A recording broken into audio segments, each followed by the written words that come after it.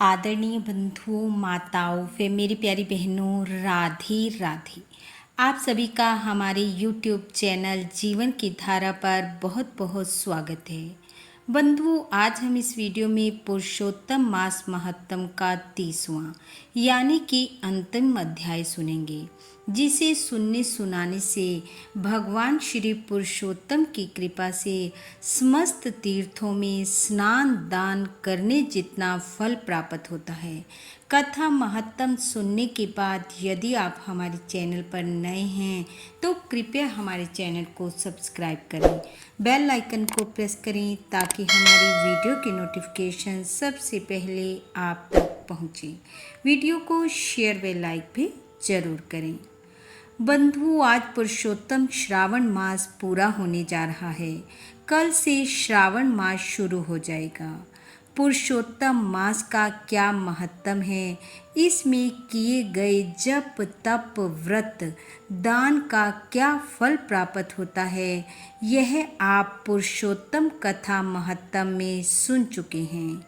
आज इस मास का अंतिम दिन है।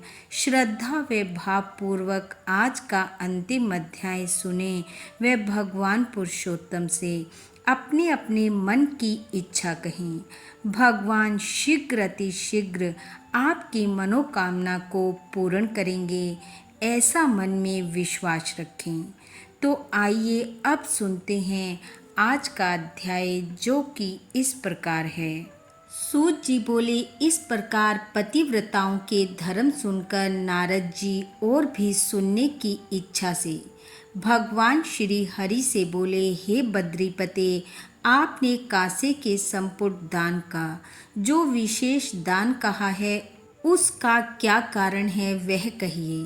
भगवान श्री नारायण बोले, हे नारद जी सुनिए।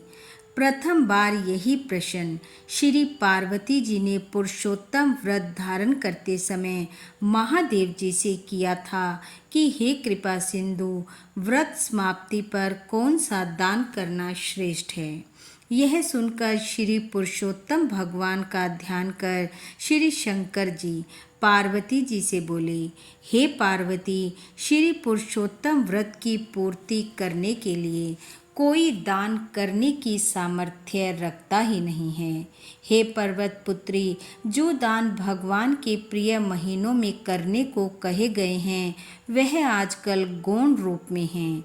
इसी से पुरुषोत्तम व्रत की पूर्ति करने वाला दान कहीं भी दिखाई नहीं देता। भगवान बोले, हे देवी, इस व्रत की पूर्ति पर संपुट दान अर्थात ब्रह्मांड का दान कहा गया है, लेकिन वह दान कहाँ से किया जाए जब छोटे ही दान करने में मनुष्य सक्षम नहीं है। अतः उसी ब्रह्मांड का प्रतिनिधि कांसे का संपुट थाल या परात बनवाए, उसमें 30 मालपुआ रखकर संपुट कर सूत से लपेटे और ब्राह्मण पूजन कर उसे व्रत पूर्ति के लिए प्रसन्नता से दान में दे दे। अगर शक्ति हो तो इस प्रकार के 30 संपुट वेद पाठी विद्वान ब्राह्मण को दान करे। इस प्रकार पार्वती जी महादेव जी के वचन सुन अत्यंत प्रसन्न हुई और 30 ब्राह्मणों को 30 संपुट प्रसन्नता पूर्वक दान किए।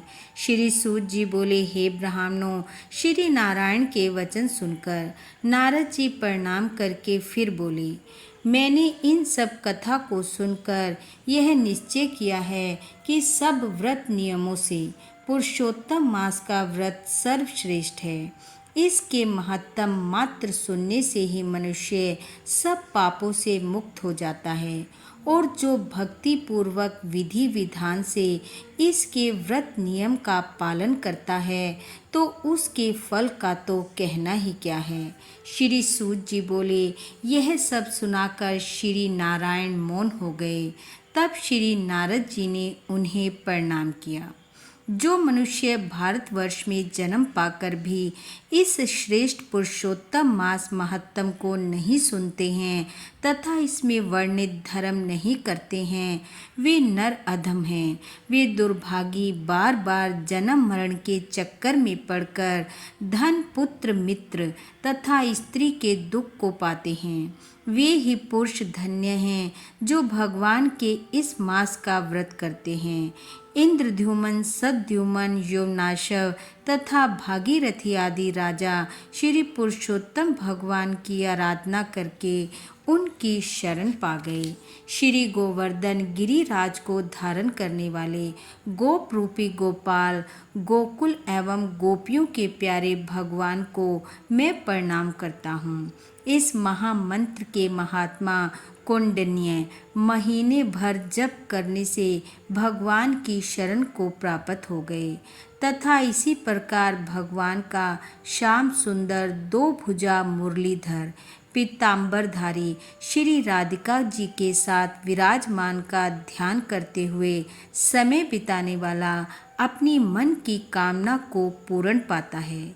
यह धर्म छिपा हुआ है, हर किसी को इसे सुनाना नहीं चाहिए।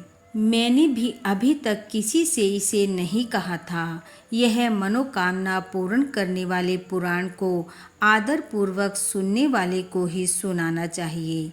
इसके महत्तम को सुनने से समस्त तीर्थों के स्नान दान का फल प्राप्त होता है। पूरी पृथ्वी परिक्रमा करने का पुण्य इसके सादर सुनने वालों को प्राप्त हो जाता है।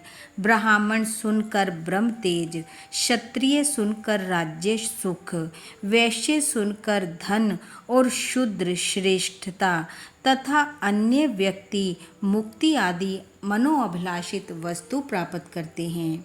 इस पुरुषोत्तम मास महत्तम को लिखवाकर वस्त्र आभूषण के साथ विधि पूर्वक ब्राह्मण को जो दान करता है वह अपने 3 कुलों के साथ गोपालों से सेवित देव दुर्लभ गोलोक को प्राप्त होता है। जिस घर में यह ग्रंथ रखा जाता है वह तीर्थ के समान है। इस प्रकार अत्यंत पुण्यदायक पुरुषोत्तम मास के महत्तम को सुनकर विस्मित होते हुए और विनय पूर्वक सूत जी से बोले, हे सूत जी, आप धन्य हैं। बड़ी बुद्धि वाले सूत जी, आपके मुख से कथा रूपी अमृत पान करके हम सब कृतार्थ हो गए। हे सूत जी, जब तक भगवान की पवित्र कीर्ति छाई हुई है, आप हमारे बीच में बैठे भगवान की मनोहर कथाएं सुनाते रहें और हम सुनते रहें। उन ब्राह्मणों से अनेक आशीर्वाद प्राप्त करके सूत जी उन ऋषियों की परिक्रमा कर नमस्कार कर नित्य कर्म करने चले गए। इति श्री वृद्ध नारदीय पुरुषोत्तम मास संपूर्ण। बोलो पुरुषोत्तम भगवान की जय। बोलो भगवान श्री हरि की जय। बंधु, भगवान श्री हरि की कृपा आप व आपके परिवार पर सदैव बनी रहे। पुरुषोत्तम माह का यह पुण्यदायक महत्तम का श्रवण आपको अति शुभ फल प्रदान करे। आपका घर आंगन सदा खुशियों से महकता रहे। इन्हीं शुभकामनाओं के साथ आप सबका बहुत बहुत धन्यवाद। राधे राधे।